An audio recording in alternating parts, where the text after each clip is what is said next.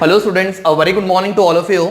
सो आज को लेक्चर में लेक्चर नंबर 10 के अंदर एक बहुत ही ज्यादा इंपॉर्टेंट टॉपिक के बारे में डिस्कस करना है जिसका नाम दिया हुआ है elevation of boiling point. Right now ये जो टॉपिक दिया हुआ है ये कौन सी प्रॉपर्टीज में आ रहा है? दैट इज कोलिगेटिव प्रॉपर्टीज के अंदर हमें डिस्कस करना है। Is clear? तो हमने पिछले वाली वीडियो सेशन में देखा था कोलिगेटिव प्रॉपर्टीज के अंदर हमारे पास टोटल 4 प्रॉपर्टीज के बारे में डिस्कस करना है, जिसमें से हमने सबसे पहला जो relative lowering of vapour pressure था उसके बारे में हम लोग ऑलरेडी डिस्कस कर चुके हैं, प्लस उसके बेसिस पे हमने कुछ न्यूमेरिकल्स भी सॉल्व किए थे।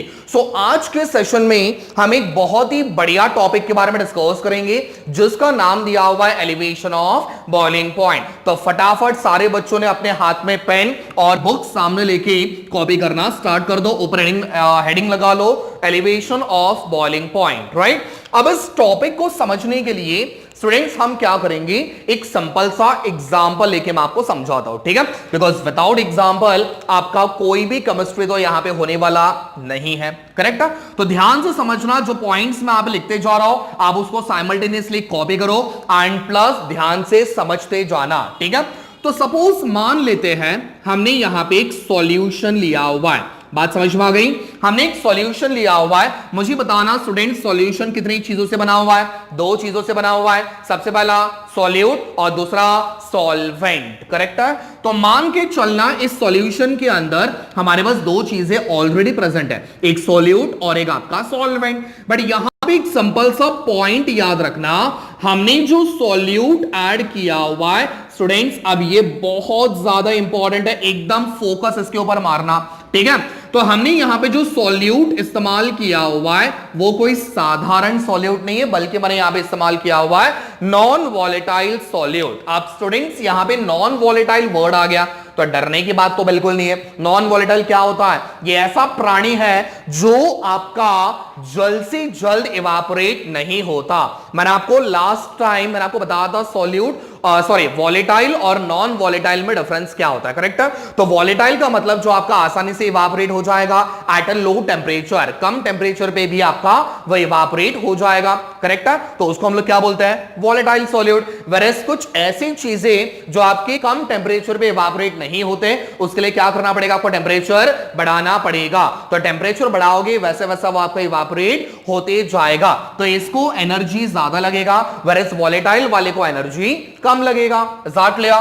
तो नॉन वॉलेटाइल सॉल्यूट का मैंने इस्तेमाल किया हुआ है। अब जरा मुझे ध्यान से बताना स्टूडेंट्स, अगर मैं नॉन वॉलेटाइल सॉल्यूट का इस्तेमाल कर रहा हूं, ठीक है, एक ऐसा मेहमान आपके घर पे आ चुका है जो जाने की कोशिश कर ही नहीं रहा है, जो आपके घर पे से निकल ही नहीं रहा। कभी कभार आपके घर पे भी ऐसा होता होगा ना, कोई आपके पड़ोस वाले, आस पड़ोस वाले या फिर आपके कोई फैमिली मेंबर्स जो आपके रिलेटिव्स होते हैं, ठीक है, वो आपके घर पे डेरा डाल के बैठ गए। अब 2 दिन हो गया, 3 दिन हो गया, 1 हफ्ता हो गया, 2 हफ्ता हो गया, जाने का नाम नहीं ले रहे, तो उस टाइम पे आप लोग क्या करते हो? अब आपके साइड से आप जितना प्रेशर अप्लाई कर सकते हो, जितना आप लोग एनर्जी अप्लाई कर सकते हो, उतना आप लोग फुल फ्लेज में आप लोग करते हो। करेक्ट है? बट फिर भी वो हिलने का नाम ले रहा है क्या? नहीं। लेकिन आप हार मानते हो क्या?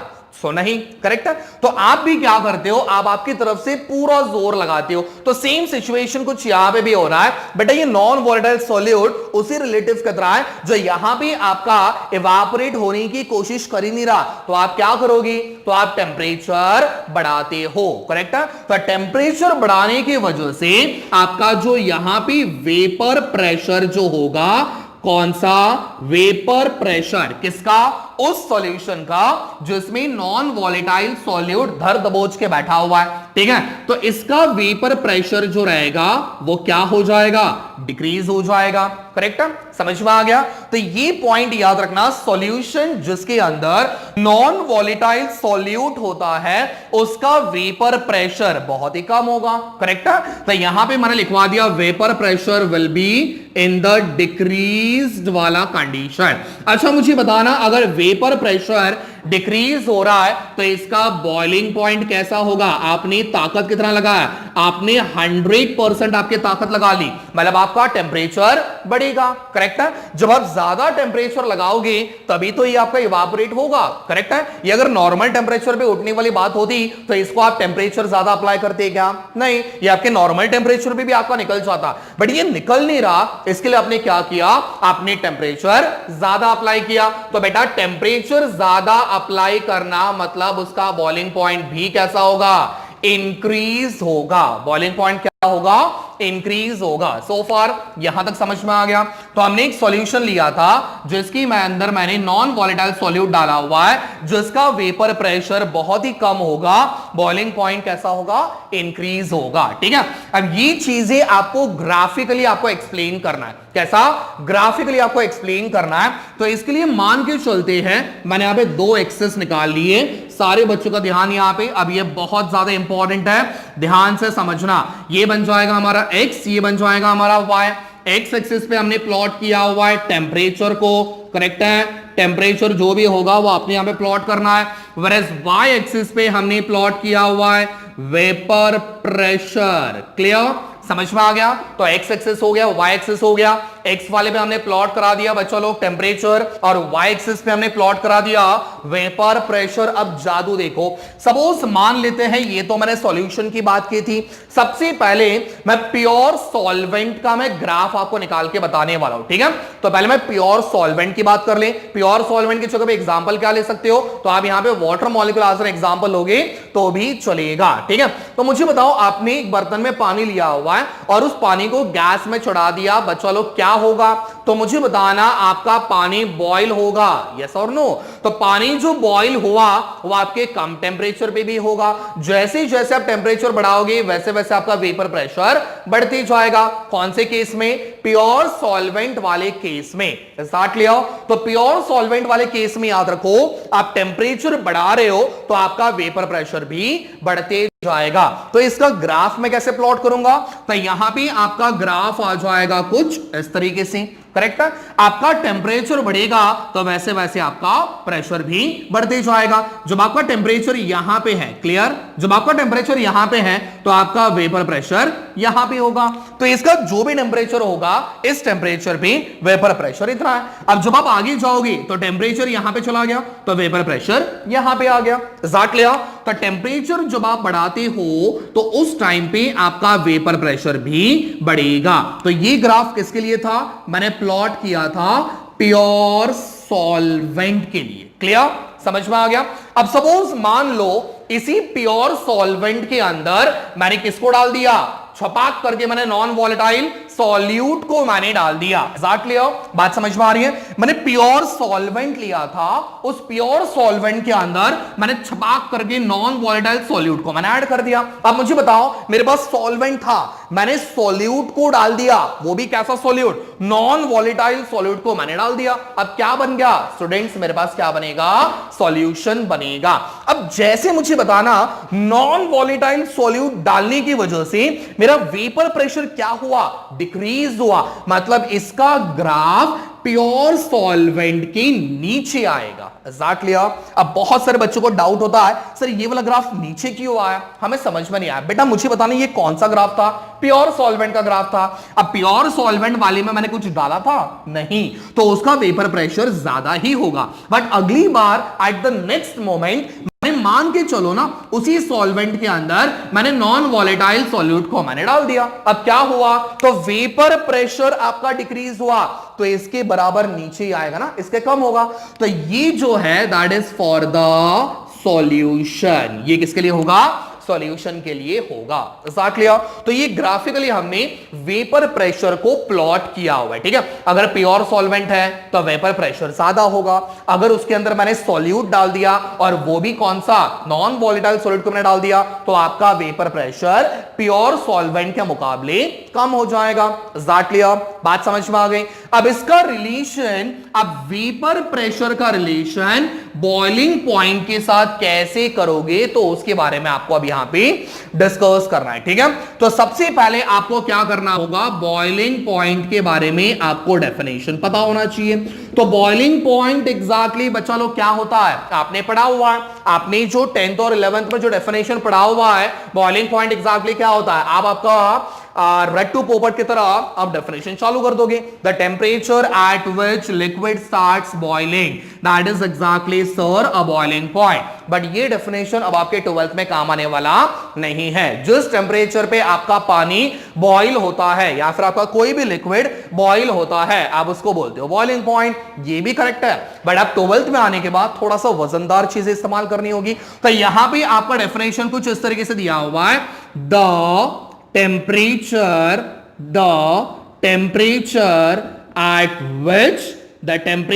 at which the vapor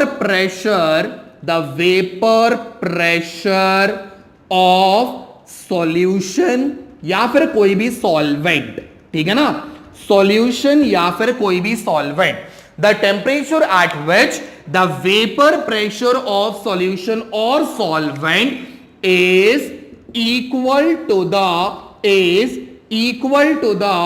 atmospheric pressure, ठीक है, समझ में आ गया। तो ये बहुत इंपॉर्टेंट चीज है जो मैंने अब आपको डेफिनेशन बता, ठीक है ना। तो डेफिनेशन क्या बोलता है बॉइलिंग पॉइंट का, एक ऐसा टेम्परेचर जहां भी आपका वेपर प्रेशर किसका, सॉल्यूशन का या फिर सॉल्वेंट का, किसके बराबर होना चाहिए, equals to the atmospheric pressure. Correct है, बात समझ में आ रही है। एक सिंपल सा एग्जांपल लेते हैं। मान के चलो मैंने एक बीकर में मैंने पानी लिया हुआ है, प्योर सॉल्वेंट लिया हुआ है, ठीक है। तो प्योर सॉल्वेंट लेने के बाद आप उसको गर्म कर रहे हो, गर्म करने के बाद आपका जो लिक्विड जो है वो किस में कन्वर्ट हो रहा है, देखो ये लिक्विड है, ये लिक्विड किस में कन्वर्ट हो रहा है, गैस में कन्वर्ट हो रहा है, मतलब आपके क्या निकल रहा है, वेपर्स निकल रहे हैं। करेक्ट है। अब ये वेपर्स आपका जो निकल रहा है और ऊपर से उसके ऊपर दबाव कौन दे रहा है, ये हमारा लिक्विड है। करेक्ट है, ये लिक्विड में से आपके भाप बाहर निकल रहे हैं, ठीक है, आपके जो वेपर प्रेशर जो है वो बाहर निकल रहा है, वेपर्स जो है, सॉरी प्रेशर नहीं, वेपर जो है ये आपका बाहर निकल रहा है, ठीक है। अब ये जो वेपर्स जो बाहर निकल रहा है ना, उसको ऊपर से दबाव दिया जा रहा है, कौन दबाव दे रहा है, तो आपका एटमॉस्फेरिक प्रेशर उसके ऊपर अपोजिट फोर्स अप्लाई कर रहा है, ठीक है। ये यहां से आपका वेपर्स बाहर निकल रहा है, ऊपर से आपका एटमॉस्फेरिक प्रेशर इसके ऊपर दबाव दे रहा है, ठीक है। अब जब तक इसका ज्यादा दबाव होगा, ये कौन है, एटमॉस्फेरिक प्रेशर, जब इसका ज्यादा प्रेशर होगा तो आपका वेपर्स जो है वो आपके दबे हुए रहेंगे, मतलब वो कम होते जाएगा, ठीक है। तो यहां पे आपका प्रेशर नहीं बन पा रहा, ठीक है। अब ये कब बनेगा, जब इसका वेपर का प्रेशर और atmospheric pressure must be equal और हायर, ठीक है। इसका प्रेशर इस प्रेशर के बराबर होना चाहिए या फिर ये उससे ज्यादा होना चाहिए, ठीक है। तब आपका जो टेम्परेचर होता है, जो टेम्परेचर आपका जो मिलेगा, the temperature is exactly called as boiling point. जैसे अगर आप पानी के बारे में बात करते हो तो वाटर का बॉइलिंग पॉइंट कितना हम लोग कंसीडर करते हैं, 100 डिग्री सेल्सियस। अब 100 डिग्री क्यों कंसीडर करते हैं, बिकॉज उस टेम्परेचर पे पानी का vapour pressure atmospheric vapour pressure के बराबर होता है। स्टार्ट क्लियर, समझ में आ गया। इसलिए वाटर का बॉइलिंग पॉइंट कितना होगा, 100 डिग्री सेल्सियस, ठीक है, समझ में आ गया। अब बॉइलिंग पॉइंट मतलब आप एक तरीके से आप उसका टेम्परेचर कैलकुलेट करते हो स्टूडेंट्स, बात समझ में आ रही है। अब बॉइलिंग पॉइंट आप जो बोलते हो, मैंने बोला पानी का बॉइलिंग पॉइंट 100 डिग्री है, तो 100 डिग्री मतलब क्या हुआ, वो उसका टेम्परेचर हुआ। बात समझ में आ गई। अब आगे बढ़ते हैं। अब यहां पे हम लोग रिलेट करेंगे, ठीक है। मुझे बताओ ये वाला ग्राफ किसका था, प्योर सॉल्वेंट, ये वाला ग्राफ किसका था, सॉल्यूशंस का, ठीक है। बात समझ में आ गई। अब जरा ध्यान से समझना, मुझे बताओ यहां पे जो सॉल्यूशन है, ठीक है, सॉल्यूशन के लिए मैंने क्या किया, टेम्परेचर बढ़ाया। अगर मैं टेम्परेचर बढ़ा रहा हूं तो बॉइलिंग पॉइंट क्या होगा, बॉइलिंग पॉइंट भी बढ़ेगा। तो सॉल्यूशन वाला जो है, ध्यान से समझना, ठीक है। फटाफट इसका पहले डेफिनेशन कॉपी कर लो, यहां तक याद है कि डेफिनेशन कॉपी कर लो, पर इसके बाद हम लोग इस ग्राफ के ऊपर जाएंगे, ग्राफ प्लॉट करेंगे हम लोग यहां पे। ओके, तो यहां तक मेरे हिसाब से सारे बच्चों को समझ में आ गया बॉइलिंग पॉइंट क्या होता है। बस एक चीज याद रखना, वेपर प्रेशर कोई भी सॉल्यूशन का या फिर कोई भी सॉल्वेंट का अगर आपकी एटमॉस्फेरिक प्रेशर की बराबर होता है, तब आप उस टेम्परेचर को या फिर उस पॉइंट को हम लोग क्या बोलेंगे, बॉइलिंग पॉइंट हम लोग कंसीडर करेंगे। अब इसी बॉइलिंग पॉइंट को हम इस ग्राफ में प्लॉट करके एलिवेशन ऑफ बॉइलिंग पॉइंट हम लोग फाइंड आउट करेंगे। तो सपोज मान लेते हैं बेटा ये जो है ना, ये वाला जो प्रेशर रहेगा, ये कौन सा है, ये वेपर प्रेशर है, करेक्ट है। अब यहां पे आपका मान के चलते हैं 1 एटीएम, कितना 1 एटीएम। 1 एटीएम क्या होता है? Atmospheric pressure. एटमॉस्फेरिक प्रेशर आपका 1 एटीएम का होता है, करेक्ट है। बात समझ में आ गई। तो अगर कोई भी सॉल्यूशन या फिर कोई भी सॉल्वेंट इस लाइन को टच करेगा, क्लियर, इस लाइन को अगर वो टच करता है मतलब उसका वेपर प्रेशर किसके बराबर हो गया? 1 एटीएम के बराबर हो गया। और जब आपका कोई भी वेपर प्रेशर 1 एटीएम के बराबर होता है मतलब it matches with the atmospheric pressure. Clear, समझ में आ गया। एटमॉस्फेरिक प्रेशर, एटमॉस्फेयर का प्रेशर कितना है? 1 एटीएम। और आप जिस सॉल्यूशन का वेपर प्रेशर निकाल रहे हो अगर उसका भी 1 एटीएम आता है तो बेटा दोनों क्या हो गए? मैच कर रहे हैं। एग्जैक्टली। तो मुझे बताओ ये कौन सा था? Pure solvent. प्योर सॉल्वेंट का वेपर प्रेशर कहां पे टच हो रहा है? आपके 1 एटीएम पे। बस बट इस 1 एटीएम पे आपका टेम्परेचर कितना होगा? समवॉट यहां पे आपका टेम्परेचर होगा, करेक्ट है। ये आपका टेम्परेचर है ना, तो यहां पे आपका टेम्परेचर होगा। अब मुझे बताओ ये किसका है? प्योर सॉल्वेंट का है। तो बॉइलिंग पॉइंट को मान के चलते हैं हमारा, इसको मैं थोड़ा मिटा देता हूं, ठीक है, इसको हम लोग थोड़ा सा नीचे लिख लेंगे, ये बनेगा आपका टेम्परेचर, करेक्ट है। अब ये जो आपका प्योर सॉल्वेंट का जो मैंने बॉइलिंग पॉइंट निकाला है, इस पॉइंट पे आपका प्योर सॉल्वेंट क्या होगा? बॉइल होना स्टार्ट होगा। तो सपोज मान लेते हैं इसको मैंने नाम दे दिया T0, करेक्ट है, समझ में आ गया। और नीचे वाला जो सॉल्यूशन दिया हुआ है इसका टेम्परेचर उससे ज्यादा होगा, तो इस पॉइंट पे आने के बाद इसका वेपर प्रेशर बनेगा। क्लियर, समझ में आ गया। तो उस वेपर प्रेशर पे आपका टेम्परेचर कितना होगा? तो मान के चलते हैं सॉल्यूशन को मैंने नाम दे दिया T, ठीक है। यहां तक समझ में आ गया। आई होप सारे बच्चों ने यहां तक कॉपी कर लिया होगा। तो इसके मैं डिनोशंस यहां पे आपको बाजू में लिख के दे रहा हूं, ध्यान से समझना, ठीक है। तो जहां पे आपका T का मतलब क्या बनेगा? T is equals to boiling point of किसका? सॉल्यूशन का। Is that clear? Whereas T0 इसका मतलब क्या बन जाएगा? Boiling point of pure solvent, ठीक है ना, समझ में आ गया। तो मैंने एक सॉल्यूशन लिया था, मैंने एक प्योर सॉल्वेंट लिया था। अब मुझे बताओ दोनों में से टेम्परेचर किसका ज्यादा रहेगा? जाहिर सी बात है आपके सॉल्यूशन वाले का टेम्परेचर ज्यादा होगा, बिकॉज अगर मैंने यहां पे मान के चलो 0 लिया, यहां पे 10, 20, 30, 40, 50, ये समवॉट 50 पे कंसीडर कर लो, तो ये आपका 60, 70 पे आ जाएगा। तो आपके सॉल्यूशन का जो बॉइलिंग पॉइंट होता है that is higher than the boiling point of the pure solvent, ठीक है, समझ में आ गया। और इन दोनों के बीच का जो डिफरेंस होगा, क्लियर, सॉल्यूशन और प्योर सॉल्वेंट, इन दोनों के बीच का जो डिफरेंस होगा that difference is exactly what we called as elevation of boiling point. Is that clear? बात समझ में आ गई। तो एलिवेशन ऑफ बॉइलिंग पॉइंट का मतलब क्या होता है? डिफरेंस बिटवीन दिस टू, ठीक है। तो elevation of boiling point is represented by the symbol delta TB, ठीक है। डेल्टा टीबी, डेल्टा का मतलब क्या हो जाएगा? एलिवेशन, दैट इज चेंज, ठीक है। और टीबी का मतलब हो जाएगा आपका बॉइलिंग पॉइंट, ठीक है। So delta TB is equals to, बड़ा वाला कौन है? बॉइलिंग पॉइंट ऑफ सॉल्यूशन, तो यहां पे आ जाएगा T माइनस उससे छोटा वाला कौन है? Boiling point of the pure solvent, तो यहां पे आ जाएगा T0। So this is the formula for elevation of boiling point. Is that clear? समझ में आ गया। तो पहले हमने वेपर प्रेशर का ग्राफ प्लॉट किया, फिर उसको मैंने रिलेट किया बॉइलिंग पॉइंट के साथ, ठीक है। बॉइलिंग पॉइंट याद रखना, बॉइलिंग पॉइंट क्या होता है? The pressure should be, the vapour pressure should be equals to the atmospheric pressure, समझा। तो ये यहां तक पहुंचा, इसका टेम्परेचर हमने निकाल लिया, ये यहां तक पहुंचा, इसका टेम्परेचर हमने निकाल लिया, दोनों का डिफरेंस निकालने के बाद हमारे पास क्या मिलेगा? Elevation of boiling point. Is that clear? तो फॉर्मूला याद रखना, delta TB is equals to T minus T0। फटाफट यहां तक कॉपी कर लो, फटाफट। ओके, तो स्टूडेंट्स आज हम लोग क्या करेंगे? आज हम लोग यहीं तक स्टॉप कर लेते हैं। आपका ये फॉर्मूला मैंने बता दिया, फॉर्मूला किसका रहेगा? डेल्टा टीबी, किसका? इसका मतलब क्या होता है? Elevation of boiling point. Is that clear? Next वाले टॉपिक में, नेक्स्ट वाले लेक्चर में हम एक बहुत ही ज्यादा इंपॉर्टेंट टॉपिक के बारे में डिस्कस करने वाले हैं, that is the relation between, ध्यान से समझना, रिलेशन बिटवीन, ठीक है, relation between elevation of boiling point, ये बहुत इंपॉर्टेंट डेरिवेशन है, elevation of boiling point and molality. और इसके बेसिस पे आपको एक और फॉर्मूला मिलेगा, ठीक है। तो आज हम लोगों ने क्या किया, एक फॉर्मूला डिराइव कर लिया डेल्टा टीबी वाला, delta TB is equal to T minus T nought. Next वाले लेक्चर में हम एक और फॉर्मूला डिराइव करने वाले, that is relation between elevation of boiling point and molality. ठीक है, समझ में आ गया। सो आज हम लोग यहीं पे एंड करते हैं। Thank you so much, stay tune for the next video.